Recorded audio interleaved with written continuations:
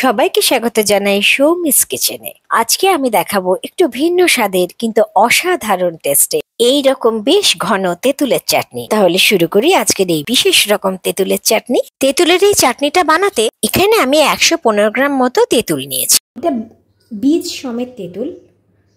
এবার এটাতে আমি জাস্ট তেঁতুলটা ডুবে যাবে এরকম একটু গরম জল দিয়ে এটা ভিজিয়ে দিচ্ছি। এটা হালকা গরম জল, এটা ভেজানো থাক। এখানে আমি সমান 115 গ্রাম মতো গুড় নিয়েছি। এবার একটা ভাজা মশলা বানাবো, তার জন্য নিয়েছি 1 চামচ মৌরি, 1 চামচ ধনে, 1 চামচ জিরে, সবই গোটা মশলা, আর 3টে শুকনো লঙ্কা। এবার এই মশলাগুলো আমি শুকনো খোলাতে একটু ভেজে নিচ্ছি। এবার গ্যাসে একটা ফ্রাইং প্যান বসিয়ে প্রথমে আমি শুকনো লঙ্কাগুলো ভেজে নিচ্ছি, গ্যাসটা কিন্তু লোতে। এবার আমি ধনেগুলো দিয়ে দিচ্ছি। ধনেগুলো হালকা নাড়াচাড়া করে এখানে আমি জিরে আর মৌরিটা দিয়ে দিলাম। হ্যাঁ, এখানে এবার দেখুন এই ভাজা মশলা থেকে একটা সুন্দর গন্ধ বেরিয়ে আসছে।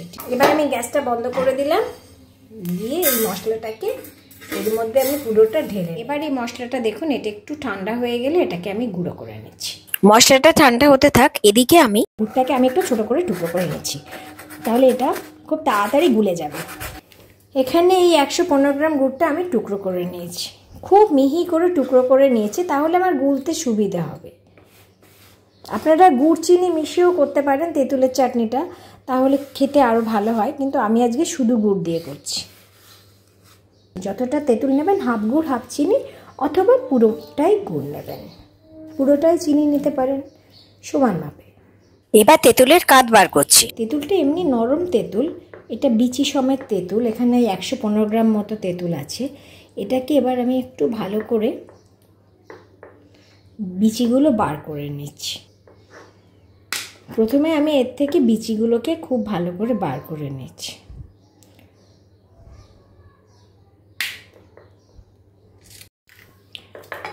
আচ্ছা, আমার এখানে জায়গাটা ছোট হয়ে গেছে, তাই আমি একটু বড় জায়গাতে এটাকে করে নিলাম। এরকমভাবে একটু বিচিগুলোকে ছাড়িয়ে নিই। এই দেখুন তেঁতুল থেকে আমি কাঠটাকে বার করে নিয়েছি। এই ভাজা মশলাটা ঠান্ডা হয়ে গেছে। এবার এটাকে একটা মিক্সির বাটিতে ঢেলে নিলাম। এবার মিক্সিতে এটা গুঁড়ো করে নিচ্ছি। দেখুন মশলাটা আমার মিক্সিতে গুঁড়ো করা হয়ে গেল। এখানে আমি অল্প একটু 1 চামচ মতো তেল দিলাম। এবার তেলটা একটু নাড়াচাড়া করে এতে ছোট চামচের 1 চামচ জিরে আর অল্প একটু হিং দিলাম। এটা একটু নাড়াচাড়া করে এবার এর মধ্যে আগে থেকে টুকরো করে রাখা সেই 115 গ্রাম গুড়টা দিলাম। এই গুড়টার মধ্যে আমি বড় 2 চামচ জল দিলাম।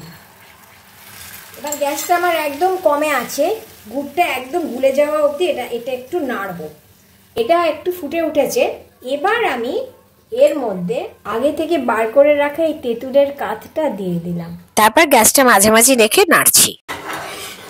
আচ্ছা, এটা যখন ফুটতে থাকছে সেই সময় আমি কয়েকটা জিনিস এর মধ্যে দিয়ে দিচ্ছি। এতে এই 1 চামচ বিট নুন দিয়ে দিলাম, 1 চামচের একটু কম বিট নুন দিয়ে দিচ্ছি। তারপর এটা হচ্ছে আদা, শুকনো আদার যে গুঁড়ো সেটা দিয়ে দিচ্ছি। আপনারা শুকনো আদার গুঁড়ো না থাকলে একটু সামান্য একটু আদা বেটে নিয়েও দিতে পারেন। এটা হচ্ছে কাশ্মীরি লাল লঙ্কার গুঁড়ো। এবার একটু ভালো করে এগুলোকে মিশিয়ে নিচ্ছি। আর রোজের যে নুন সেটাও একটুখানি দিয়ে দিলাম, হাফ চামচ। গ্যাসটা মাঝামাঝি রেখে এরকম মাঝে মাঝে নেড়ে যাচ্ছি। এইখানে দেখুন এই যে বার্নারটা, এই ছোট বার্নারে আমি একটা ফ্রাইং প্যান বসিয়েছি। এই ফ্রাইং প্যানের মধ্যে এখানে আমি যেটাকে বলে ওই 4 মগজ বা ওই খরবুজা বীজ বা মেলান সিড, সেইটা আমি এখানে 2 চামচ মতো দিলাম। এটা একটু নাড়াচাড়া করব। এটা গ্যাসটাকে একটু হালকা রেখে নাড়াচাড়া করব। সাথে কিন্তু এই তেঁতুলের এটাও ঘন হয়ে আসছে, এটাকেও নাড়তে হবে। এই 4 মগজ দানাগুলো যখন এরকম ফুটতে থাকবে তখন গ্যাসটা অফ করে দিলাম। এবার শুকনো খোলায় ভেজে নেওয়া এই 4 মগজ দানাগুলোকে আমি তেঁতুলের চাটনির মধ্যে দিয়ে দিলাম। প্রথমেই বলেছি আজকে তেঁতুলের চাটনিটা আমি একটু অন্যভাবে করব। এটা একটু ঘনও হবে। এই তেঁতুলের চাটনিটা যখন এরকম বেশ অনেকটা ঘন হয়ে আসবে, এবার আগে থেকে করে রাখা সেই ভাজা মশলাটা এর মধ্যে দিয়ে দিলাম। মশলাটা ভালো করে চাটনির সাথে মিশিয়ে নিলাম। দেখুন চাটনিটা কিন্তু এক ফোঁটা আমার ধরে যায়নি, একটাই কারণে গ্যাসটা কমে রেখে মাঝে মাঝে নেড়েছি বলে। চাটনিটা যখন ঘন হয়ে আসবে তখন একটা পাত্রে ঢেলে নিলাম। এই হচ্ছে আজকে আমার একটু অন্যভাবে করা অসাধারণ টেস্টি তেঁতুলের চাটনি। ভিডিওটা ভালো লাগলে চ্যানেলটা সাবস্ক্রাইব করার অনুরোধ রইল। ভালো থাকুন, ধন্যবাদ।